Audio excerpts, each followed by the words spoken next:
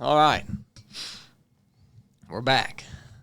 Coming at you live. Some of us. On Memorial Day. I told y'all last night if you was on Resurrected, when folks is counting on you, you just show up. You don't get to take off because it's Memorial Day or something. Or because it's Christmas. Were people wondering if we were going to be here? I think so. Oh, wow. Yeah. Yeah, you don't get to take the day off. Everything's closed. Disrespectful. And, you know, I seen my man Keith down at the Spartan Smoothie. He's open. Well, of course Because he knew we was coming. Because he knew we would be here. Yeah, that smoothie's going to be good here in a second. Son. Yeah. Be good. So welcome back to Monday Meeting. If you've never been here for Monday Meeting, we're going through the book of Matthew right now. We're finishing up 16 and moving into 17 today. It's just the three of us, the three amigos here. Chili don't like to talk about it when Chad's out of town, do you? Talk about what? Wouldn't like if he's out of town. I don't like to talk about him being out of town? Yeah, you like, that's not important. We got to talk about things that are important. I don't really know what you're getting at. I mean, every time I say, Chad's not here, you say, don't worry about that. We got other things to talk about. well, you know, he's gone again. Yep. So we're not going to put too much banter at the beginning of this because we got the 307 comms check coming up. First one coming at you today. Not going to be live, but going to be on Patreon. Yeah, that's where the banter will be. So if Blake's already started with me. If you want to hear what we're learning through the week, what we're learning in our lives, things that are happening, the behind-the-scenes stuff, especially on Chili. I know a lot of y'all want to get a little more into his personal life and how he lives. Good luck. That's going to be on Patreon. Well, what are we calling that? Well, he called it the 307 comms check. Comms check, but nobody knows what that means. So we're basically sharing our lesson of the week. But when you call something that nobody knows, it can be whatever you want it to be. Yeah. I mean, comms check. Well, what does that mean? What are you going to talk about? We're checking our comm, make sure our mics are working. Yeah. I mean, what is it? A 20-minute podcast where we just go, I'm looking forward. I think it's going to be good. Oh, it is going to be good. Yeah. We'll give it a first shot here. You know, Chad's not here. Oh, he ain't? No. So that's good. Again? It's good when we start something new and he's not here. Right. So basically, we got to have him, bub. I'm just saying, if you tune in for the first 3 of 7 comms check and then you tune in for the second one, they may look wildly different because I have a feeling he's gonna take issue with some way that we conduct it and change it once he's here. So, that's fine. Yeah. 3 against 1, This may be the best one we've ever done. He brings a lot of, he's good at what he does, but if he's not here, we can manage. Yeah, this could be the best one. We may come out of the gate with the best comms check. We might finish the book of Matthew today. Whoa. That ain't going to happen, bub. So what was y'all talking about a minute ago, you and Dad, Corn? Oh, I was talking... was talking where Joker hit that proper voice where Matthew 16 ends, and specifically in verse Romans. Well, he talks in riddles. Where Matthew 16 ends, and Jesus says, "Assuredly I say to you, there are some standing here who shall not taste death till they see the Son of Man coming in his kingdom." It just ends there, right? Mm-hmm. And then you pop over to 17, the first verse, and it talks about how, who is it? Peter, I think. Well, you can read it. Peter, James, and John. Well, I wasn't trying to read the whole thing, Chili. Peter, James, and John go up to the mount with Jesus, and Jesus is transfigured before them. Mm-hmm. And Moses and Elijah are there. So what are you getting at about the verses? That possibly there shouldn't be a space in between 16 and 17. Whoever split it up did a poor job Who right done there. that? I don't know who decided to split all that up. I mean, that's good, but Yeah. I do like reading without it. Yeah, right. Well, you've got that one book that doesn't have it. Yeah. When you read it, did you read it split up, or did you read it like that? No, I read it right on through. Well, what issue do you take with the partition there? Oh, it's not that I have an issue. It just it made me think. Okay, so Jesus said, "Assuredly I say to you, there are some standing here who shall not taste death." Yeah. And he was talking to the disciples, right? Right. And that could be sort of confusing. Like, there's some here that's going to see, the Son of Man coming into his kingdom. If you stop it there, you're like, what do you mean? Some of you are going to see me coming. But if you continue reading, you see that he's talking about the transfiguration. Some of you are going to see the transfiguration. Right, exactly. But if you just stopped it there and you said, I'm going to pick up on 17 next week, I done read 16. Yeah, exactly. Then you say, some of them's going to see him come back to earth. Right. Or something like that. It kind of, I see what you're saying. That partition, as you said, may be there because it's now after 6 days. I mean, there's a 6-day gap that Matthew doesn't have nothing in here about. Maybe that's why it's there. Yeah. So 28 is basically the start of chapter 17. I would agree. Yeah. Well, but it goes with the conversation he was just I mean, it's, there's a block of text there that he was speaking to the disciples, and that's what he said there. Yeah. I mean, he meant it for that time, you know. And before the 6 days of unknowing what went on. And then we get into this transfiguration. This is a pretty pivotal moment, right? It's bizarre to me. What's going on? Yeah. I mean, what is the significance of this transfiguration? Well, it's a big deal, but to skip ahead and talk, on an elementary level, it's bizarre. And they immediately want to make 3 tabernacles there, and that's just, it's so funny. You try to put yourself in their shoes, and it's so hard to fully do that. Yeah. But, and they're like, why is that your initial reaction? Let's make 3 tabernacles for you, Moses and Elijah. Like, what? I mean, I would think, I would have expected this to talk more basically about the awe that they were in. And it does a little, but I mean, like, immediately, when that happens, who is it? Peter says, Lord, it is good for us to be here. It sounds so nonchalant. Yeah. You know what I mean? It just sounds kind of like, okay, it's, so we're going to do this now. We're going to build 3. It's what? I mean, you would think it would just be this dramatic thing, and that's just not how I read it. I read it as almost a normal conversation. Yeah. It's just, I don't know. There's a lot to it. And while he was speaking, the Lord cut him off. Yeah. It says while he was speaking, behold, a bright cloud overshadowed them. And suddenly a voice came out the cloud saying, this is my beloved son in whom I am well pleased. Hear him. Yeah. And that's when they fell on their faces. Right. Yeah. I got some things to say about how they responded, but in verse 2, he was transfigured before them, and his face shone like the sun, and his garments became white as light. So it's like he was transfigured into his true nature, like him living on earth and people being able to see God in flesh, that is Jesus. He's almost having to withhold himself so that people can see him. Here, when he's transfigured, they can't even look at him, right? Because his face shone like the sun. You ever tried looking at the sun? Burn your eyeballs. But his garments as white as light. And behold, Moses and Elijah appeared to them. So the disciples are recognizing that this is Moses and Elijah. I don't know how. They've not ever seen Moses or Elijah. Maybe they were pictures of them, drawings of them. Somehow they recognized them. Right. And I read that Moses, the significance of it being Moses and Elijah was representing Moses as the law and Elijah as representing the prophets. And that his transfiguration was basically fulfillment of all of that. Like, he met with them. And there's also scripture that says, is it further down where it talks about, where the disciples say, why do the scribes say Elijah must come first? And we'll talk about that in a minute. But,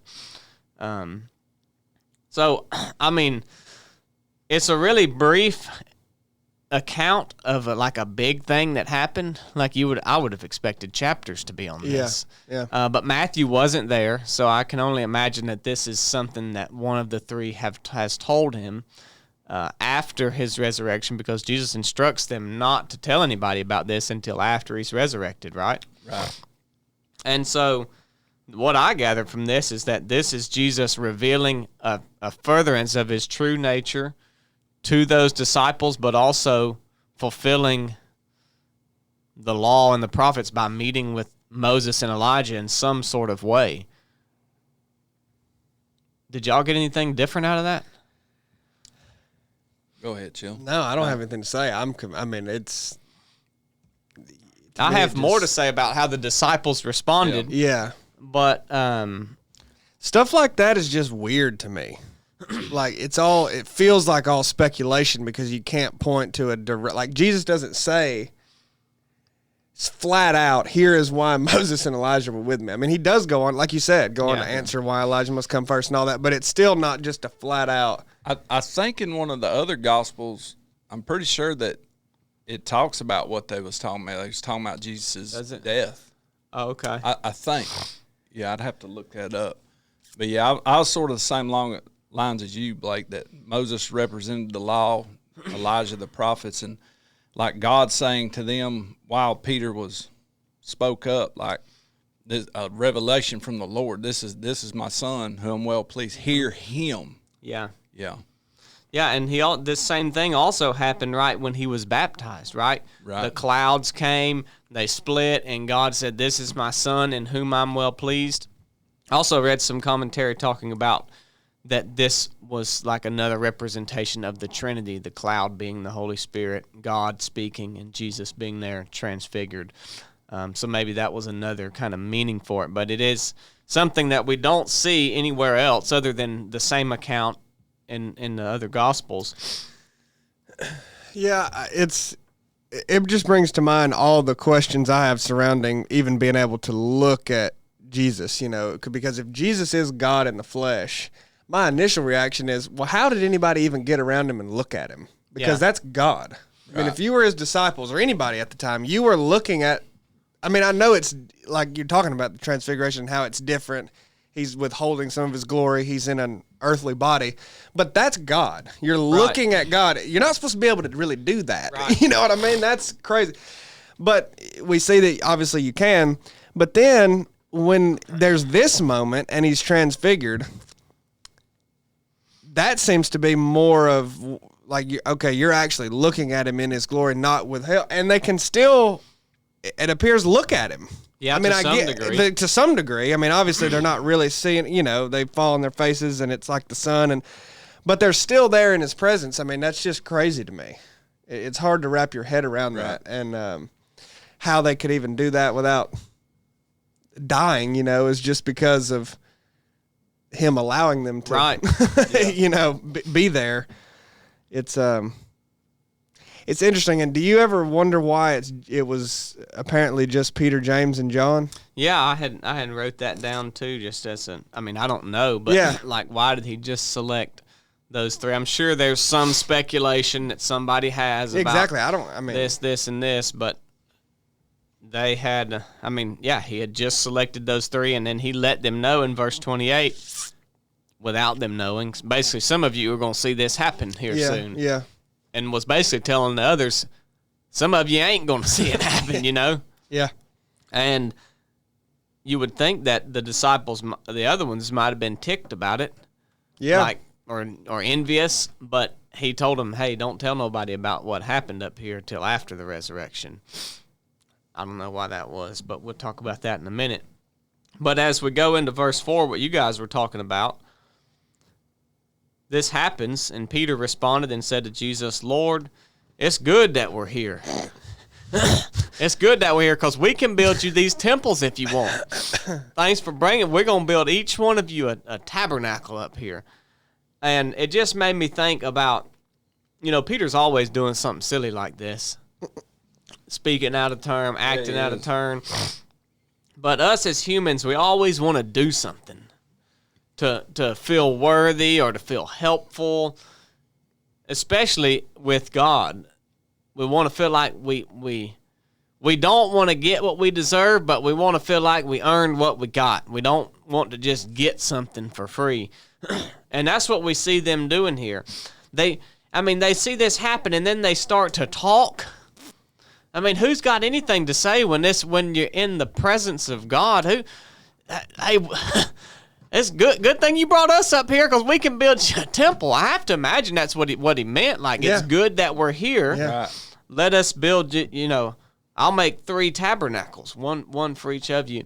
And they had their mind totally on the wrong things because he didn't care nothing about having a tabernacle built there. That's just material dwellings here on the earth. Right? That was Old Testament stuff. And they're kind of coming out of that. They're kind of still in that thought process of the Old Testament because this is the transition period. But we do the same thing a lot of times. When something big happens, we say, well, how can I step in and help? Or what can I add? Or what can I do? When sometimes we just need to sit there.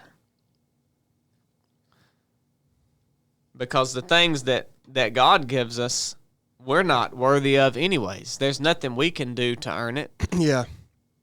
And this whole works thing, we talk about it a lot, but it is it's a constant battle to recognize that what you do doesn't matter because of you doing it. It matters because of the inward change that happens in your heart. And so that's really stood out to me that they spoke up and wanted to do something. It's like shut your mouth. Acting like they could add to this thing that's going on. And like Corn said, while he was still speaking, they basically interrupted him and was like, hey, listen to Jesus. You don't have anything to say. That's right. You just need to hush. I mean, what was the purpose to make a tabernacle for them? Like, what was the cultural significance behind even the impulse to say, okay, you 3 are here and you mean this much and you have this significant, like almost you need a place to be, I don't know, housed, or you need a place to be worshiped at. You know what I mean? Like, right. why was that his impulse, I wonder? I mean, I get like, okay, he had an impulse to do something. Yeah. I get it. I mean, I think that's a natural. Well, yeah, we do. That's what I'm saying. That's what we all do. That's human nature. But why did he go to that? A tabernacle. Right. I don't really know the answer to that. I mean, either. I get the impulse he had.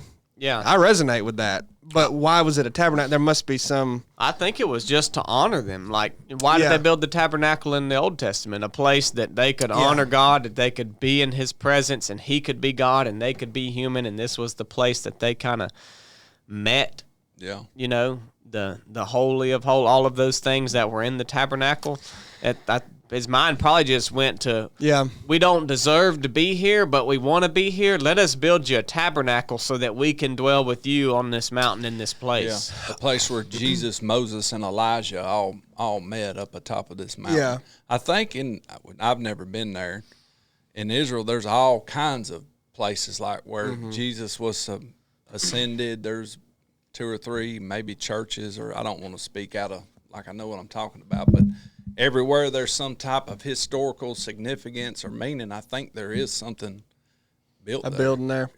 Yeah. Yeah. I also wonder just the reverence that they at the time had for I hate when I can't think of a word, just the significant figures of the faith, like Moses and Elijah. We don't really have that. I mean, we're not Jewish, but we obviously read the Old Testament as truth, just like they're kind of just another character in the Bible. To us, they're just another person. Even Abraham. I mean, exactly. He is it. Yeah. And he's just Abraham, like, right. A man. But I'm not saying they were putting them on the same level as Jesus, although in a way they kind of, they really viewed Moses, Elijah, Abraham, all those figures differently than we do. Yeah, yeah. I mean, that's a good point. They really do. I mean, I'm not. once again, I'm not trying to make a claim they were trying to worship them or anything like that, but it's just a stark difference in how we treat those figures. You know, you hear of Moses and we think, yeah, that's a forefather of the faith and look at what he did. And but we don't have the same reverence or, you know, even if we had an impulse to build a tabernacle for Jesus right there, we wouldn't think so with Moses. You know what I mean? Right, yeah. Because he's not on the same level at all, and I don't think he was to them either. But it's just interesting how far they go to honor, you know, Abraham and figures like that. So I don't know.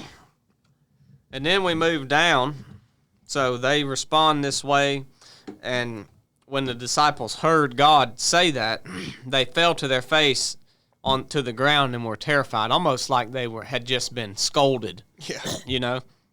And Jesus came to them and touched them and said, "Get up and do not be afraid."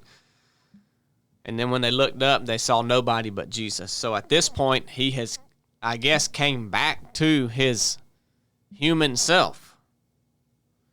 Because after this, Jesus was there alone, and in the next verses, when they were coming down the mountain, so now all this has happened, now they're walking back down the mountain with him. And Jesus commanded them, said, "Tell no one until the Son of Man has risen from the dead." And at this point, they probably still didn't quite know what that meant. Which is odd to think about, but I think that's true. Yeah. I don't think they really fully grasped what was going to happen. Jesus had kind of hinted around at his resurrection in roundabout ways, but they still, Peter says, "Surely that's not going to happen to you." You know, we read that, I think, last week. Right, I was thinking of when Peter said that, and also thinking about, other than that, kind of the lack of response that you get recorded of when he would say those things. It's almost as if he said those things, and I don't know if that was a conversation or not, but it just kind of moves on. They're I mean, like, Peter yeah, had that. Peter had that reaction then, but like he's hinted to it many times, and it's just kind of like they're like, "Yeah, all right," and you know, and you're thinking he's telling you what's going to happen, and you're not getting it or even really responding to it. And I have to think that even after this one, they still. I mean, because you know, he says, "Tell the vision to no one until I rise from the dead." And his disciples asked him, "Why then do scribes say that Elijah must come first?" Like, there's still no, I would have said, "What do you mean?" Like, it's a weird response. Are you saying you're about to die? Like, what? Because that's what I thought a minute ago, and you scolded Peter for, what did... Hey, don't tell nobody about this till I come from the dead. Why'd they say Elijah had to come first? Right. Yeah. And this Elijah coming first, if we look back to Matthew 11:14, it says, "And if you are willing to accept it, John," speaking of John the Baptist, "himself is Elijah who was to come." And so, but then if you can also read where John the Baptist is asked, "Are you the prophet Elijah?" Because Elijah never died, right? Well, he was just called up to heaven, right? Yeah. Isn't that right, Paris James? So they're expecting, like, this guy isn't dead. Like, he's going to have to come back and die, I think is how they're thinking of this. And John says, "No, I'm not the prophet Elijah." Right. And then here we have Jesus saying, "Well, he is," but I think it's more figurative than it is literal. I think John, in his humble nature, is saying, like, "No, I'm not the great prophet Elijah. I'm not literally him," and humbly saying, "I'm not figuratively him. He is better or, higher than I." But Jesus is telling him, "No, that was the prophet Elijah to come to fulfill that prophecy." Right. I mean, that discrepancy is confusing, but it does seem like it could be as simple as he is truly not Elijah of the Old Testament. But when that prophecy said he's coming first, that's who it was talking about. Yeah. It just said Elijah. Well, you see what I'm saying? Yeah. Like, well, it was. I can't remember where it's at. When Zechariah, the angel, was it Gabriel, come to him and said, "Your wife is going to have a baby, and he's going to he's going to come with the spirit and power of Elijah. Yeah. And Zechariah was like, I don't believe that. And he was like, well, if you don't believe it, you don't get to talk till he shows up. Yeah, he shut his mouth till he was born. But he was told that John was going to come with the spirit and power of Elijah. He didn't say he was going to be Elijah. Yeah. Yeah. Yeah, that's true. That's a good point, Corn, and I think that adds to what Jesus is saying here. And the only reason I could think John would deny it would be one of two reasons. One, like Chili said, he's literally not Elijah, or he understood it, and he was in his humble nature is just saying, no, don't put me on that level. Right. But Jesus tells us that he was in fact him, and so the disciples are asking why, and Jesus answered and said, Elijah is coming and will restore all things, but I say to you that Elijah has already came, and they did not recognize him, but did to him whatever they wanted. So also the Son of Man is going to suffer at their hands. And so again, he's just continuing to prophesy to them about what is to come. I don't want to get too into fringe theories, but, obviously we've said many times things that are impossible, like somebody living, thousands of years, right? That's never happened. That's impossible. But then when you go, well, is it actually impossible? Well, nothing is impossible when you're talking about what God can do. Right. So is it possible that was Elijah that John the Baptist was literally Elijah, the same person just down? You can't say no, it's impossible. But like I said, I don't want to get too into fringe theories, but there is John the Revelator, John who wrote Revelation. I'm not even going to try to find the actual verse, but there's some textual evidence in Revelation that indicates that John is still alive today because he's going to be alive until Jesus comes back. Now, I've always dismissed that. A, I don't really think that the text supports that theory. B, I've always said, well, that's impossible anyway. It's probably not it's probably incorrect to say that's impossible. Yeah. But it's just the reason I brought it up is because I would immediately dismiss that as saying, well, no, that's not literally Elijah, but it could be. Yeah. Yeah, you don't know. But if that brings me back to Jesus' transfiguration, and it says, and behold, Moses and Elijah appeared to them. That would be Moses and John the Baptist. You know what I mean? Like, just, I don't know, it's just it's all just crazy.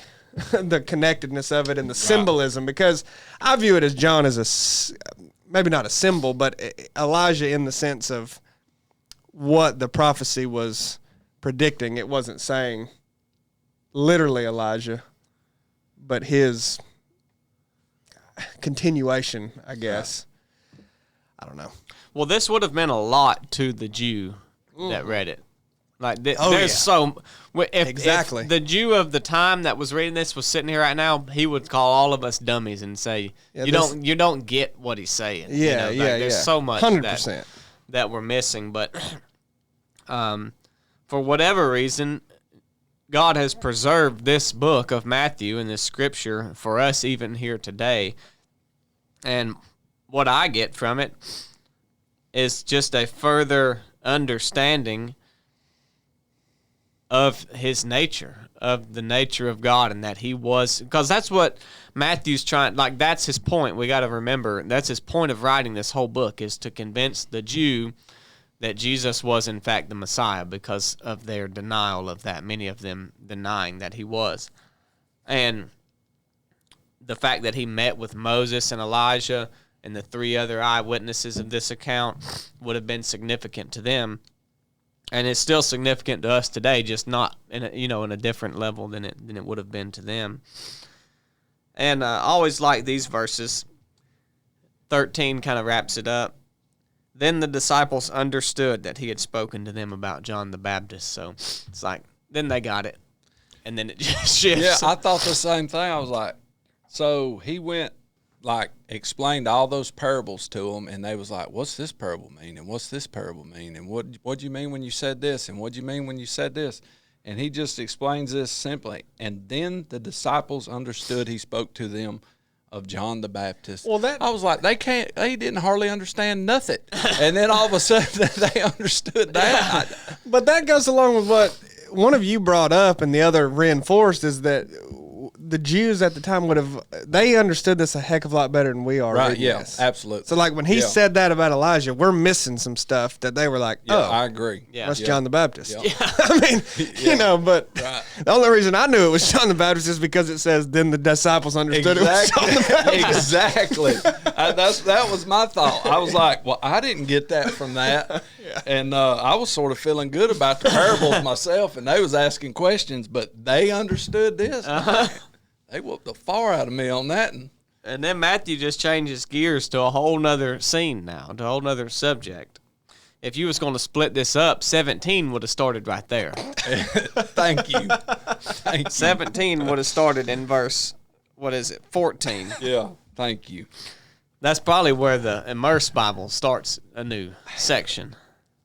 So verse 14 says, when they came to the crowd, a man came up to Jesus, falling on his knees before him, saying, Lord, have mercy on my son, because he has seizures and suffers terribly, for he often falls into the fire and often into the water. That's kind of weird. Fire in the water. And I brought him to your disciples, and they could not cure him. And Jesus answered and said, you unbelieving and perverse generation, how long shall I be with you? How long shall I put up with you? Bring him here to me. Who do you think he was talking to when he said that?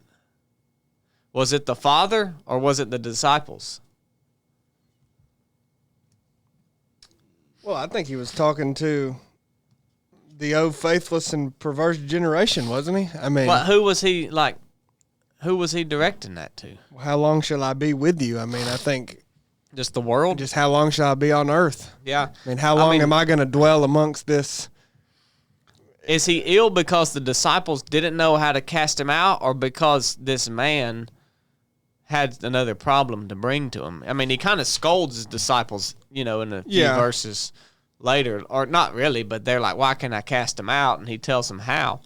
But I had always thought he was talking to the disciples, but it could be that he was talking. I mean, it's not. I guess it's not extremely significant, but well, I mean, I think he's just speaking to the unbelief of the generation, like including the disciples. Yeah. Because he, like you said later, he says, because of your unbelief, talking to the disciples. Yeah. But I don't think it's just the disciples' unbelief. I mean, it's just in totality. He's like, this dude came to me again, and he's, another person coming to me seeking healing, and he doesn't really even believe that I can do it. Like, yeah. And the disciples, they ask me why they fail, and they don't believe that they can call on the power of the Lord and cast this demon out. Like, what the crap is going on? How long am I going to dwell amongst this? And right.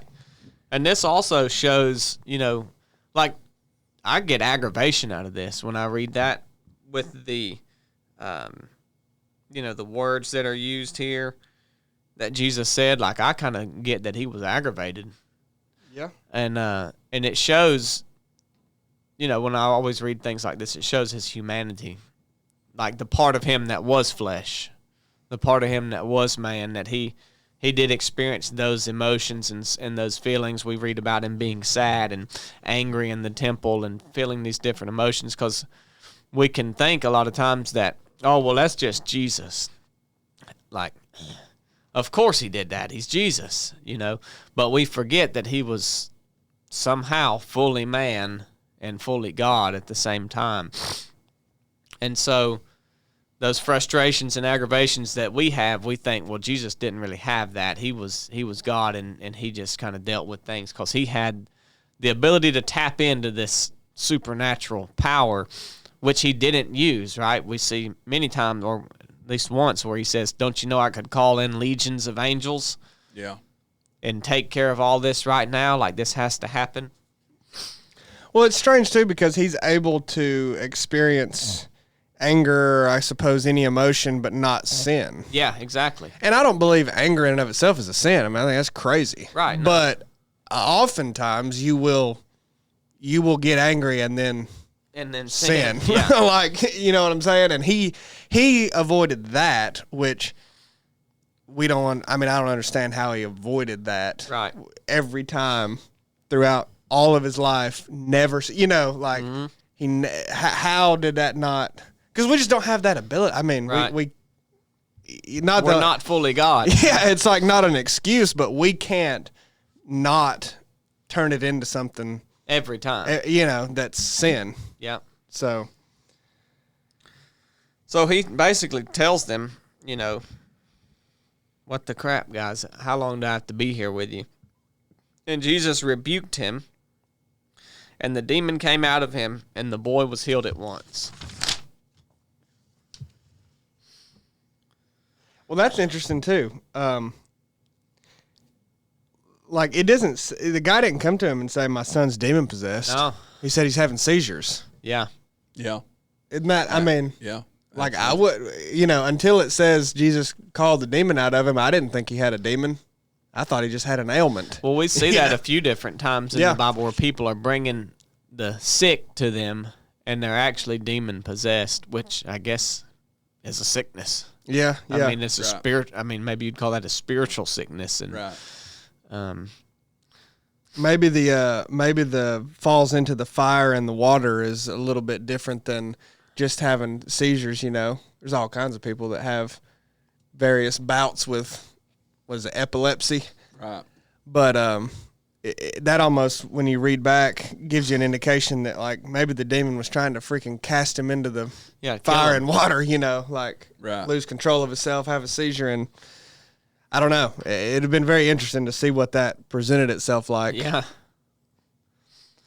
Then the disciples came to Jesus privately and said, "Why could we not cast it out?" And he said, "Because of your meager faith. For truly I say to you that if you have faith the size of a mustard seed, you will say to this mountain, 'Move from here to there,' and it will move, and nothing will be impossible for you." Those are pretty big words. Yeah. Faith the size of a mustard. I mean, everybody knows that verse. Mm-hmm.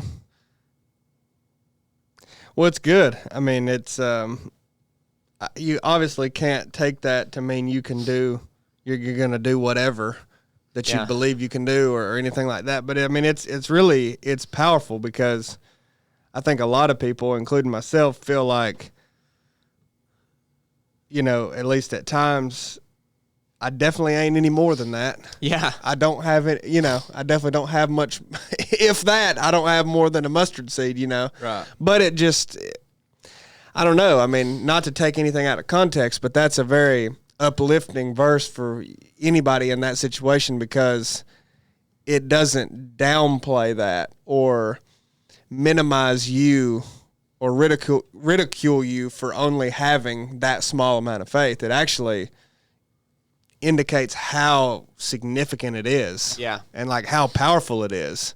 It really does the opposite of how most people feel. When you feel like, man, I don't have much faith at all. I'm struggling. I doubt this. That you almost feel guilt and embarrassment over that. Yeah. And shame. Yeah. But it's literally, I mean, he is telling you the exact opposite. Like, if you've got that much faith, that's a big deal. Yeah. Like, not take pride in it, but don't feel ashamed of that. Yeah. I mean, you have faith. Basically, you should feel bad about having zero faith, Yeah. Yeah, that's true. I mean, I don't know. It's just, to me, that's an uplifting thing for somebody that's struggling. And it's not, like I said, definitely don't misconstrue that to say take pride in that, or that you should, or that it's not good to have a lot of faith, but. Well, I think it's also a humbling verse. Oh, yeah. Because I have to imagine the disciples at this point had been with Jesus for a while, and they thought, he's telling them, I got this. Like, yeah, he's sick, bring him here. I got this. And then they're like, dang, we don't got this. Why couldn't we get him out? And he's like, because your meager faith. Yeah. Right. If you just had the faith this much, you could do this big thing. But it's still not humiliating, like you said. It's like, it's almost like a humbling thing. Like, you think you've got a lot, you don't have really as much as you think you have. So I think it can go both ways according to where you're at, For sure. If you think if you're downtrodden and you think I don't have hardly any faith, then this, like Chili said, can kind of uplift you in a way. But if you're on the other end, then you need to realize maybe you ain't quite the man of faith that you thought you were. Yeah.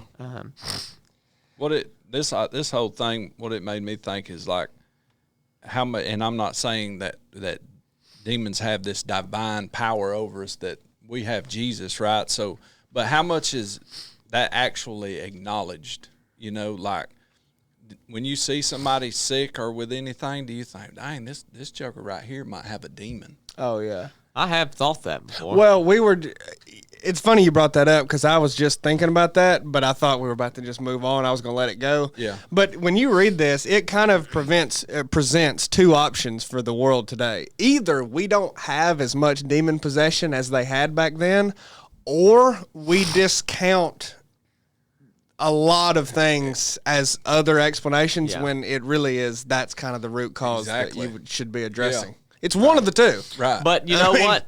You go up to somebody and you say, yep, you got this sickness. And they're like, all right. Or you go up to somebody and you say, you got a demon? They say, no, that's offensive. Right, yeah. And nobody wants to say that. Yeah, you're right. Because when you say that, it's offensive. And then guess what else? If you're the one saying that, you better also be able to do something about it. Yeah, you're right. Oh, yeah, 100%. And who's willing to start addressing that? I mean, I know what the Bible says about casting out demons and faith. I've never done it.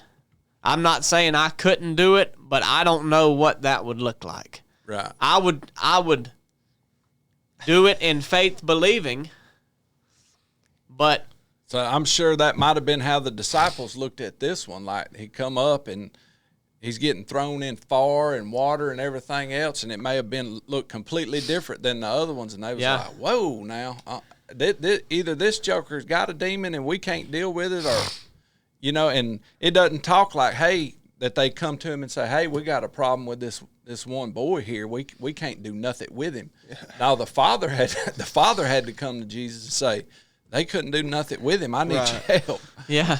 Well, do you think that a professing believer, follower of Jesus, can be possessed by a demon? Oh, no, I think that's clear. I don't know how you could be. I mean, if you have the indwelling of the Holy Spirit, that's. I don't think so an impossibility. Either. But there are people that do believe that. That you could still? Yeah. That's interesting. I think you could be oppressed. Yeah. Like being bothered. Well, yeah. I think that's true, but true demon possession, my understanding is if you are possessed by the Holy Spirit. Right, exactly. So no, there's no room for that. Yeah. There's no opening. Yeah. I agree. To be truly possessed. I agree. Yeah, it doesn't mean you're not going to be tempted or tormented look at Job, you know? He was as close to God as anybody, and that dictates how we deal with that, you know, because unless the person professing to have the Holy Spirit in fact does not, then they're not possessed. Yeah. So this person that came to Jesus, must have been an unbeliever. This kid, you know. Yeah. So just thinking about, you know, steps in which to look at that and assess that. In today's world. Well, I think the whole demon thing is highly overlooked. Yeah. That's why I said it's two options. Yeah. It's not as prevalent, or we discount it every time. I think it's like Blake said, because nobody wants to say. Now, I've told somebody that I believe you got a demon, but I didn't go no further than that. I was like, what you're doing, like, there's a demon messing with you. They didn't like that, did they? No, they didn't like it at all. And it's somebody in my family. And I still think she's got one. I really do. Yeah. 100%. Sorry for laughing, but just, you know how funny you are. Along that same line, because I think it's important, one reason that I view that differently today, and maybe wrongly, that it's less prevalent, is because I see so much of the if you want to call it sects of Christianity or certain groups of people that like casting out demons is common. I mean, that is common in some circles today. But I see all the freaking bull crap with it. And you go like, okay. You know, you see these people that will engage in that and, you know, like they'll go lay hands on specific people. And I'm not talking speaking the name of the, you know, I'm talking like these ritualistic ceremonial things of casting out, and it's just fake as crap. Yeah. Like they're really a lot of times glorifying themselves, and it's weird, you know. So that will taint your view of it today because you're like, well, that's whacked out. It's just not. Well, you know, the truth always lies with these spiritual things in the middle. The truth is not that there is no demon possession today, and the truth is also not that everybody that's sick has a demon. But Satan would have you believe one or the other. Yeah. Because they're both wrong. But the truth lies in the middle. And people are quick today to say, oh, the devil's got me. He really making my life hard, you know. And they think there's a demon behind every bush. Every obstacle they come up against is just the devil. Yeah. He's just out to get them. Got diabetes because the devil's after you. Not sugar demon got on you. Not because you've been eating like a freaking hog for 15 years, you know. Oh, he really got me down. I got bad knees. I got diabetes. The devil made Krispy Kreme is what you're telling me. Yeah. So that's one extreme of it. Right. That's not possession, but nobody wants to claim possession or say that, but they want to claim I'm being, you know, it's a demon got like me. You said, there is an important distinction between possession and oppression. Yeah. I mean, so you definitely would have more of an argument to say, well, I'm being, you know, tormented here than possessed. Yeah. But I agree with what you're saying is even to say that I'm like, we're often real loose and flippant with when we say we're being oppressed by the devil. Like, it could just be that you're making bad choices. Yeah, you've made poor life choices all your life, and now it's catching up with you. The devil's not why you have diabetes. Yeah, if the devil was getting you, he got you for the last 15 years when you decided you was going to be a glutton, fat, and eat all of that crap. Now you got diabetes. Well, I think that's a good spot to wrap it up for the day. What do y'all think? What? How long have we been going? About 50 minutes. Yeah, we got that comms check. Yeah, we got 10 more minutes. I mean, we can't even get through 17 when Chad's not here. Well, y'all got to talking a lot. Y'all was pulling up Chad's slack. That's ridiculous. All right, fine. So basically, according to Blake, chapter 16 goes all the way through 17, verse 13. Chapter 17 is verse 14 through 21, and then 22 starts 18. Hold on That's now. what Blake's telling me. Hold on now. Look here. What? In my Bible, this is the New King James. I've got this is too, right? Verse 19, 20, and then 22. There's no Matthew 17, verse 21. Do y'all have that? Yeah, I got it. You got 21? Yeah. What's it say? However, this kind does not go out except by prayer and fasting. Yeah. Mine says, verse 20 says, and he said to them, because of your meager faith, faith the size of a mustard seed, you say this mountain move from here to there, and it will move, nothing being possible for you. Verse 22, and while they were gathering together in Galilee. Good night. Really? It left it out. Now you've got a demonic copy right there. What does verse 21 allow? However, this kind does not go out except by prayer and fasting. Huh. You don't even have that text in there. Let me see here. Let me see. He has got a demonic copy. Look here, down at the bottom it says, late MSS. Late manuscripts, yeah. Add traditionally verse 21. But this kind of not go out except by prayer and fasting. Well, wait, hold on. No. Wait.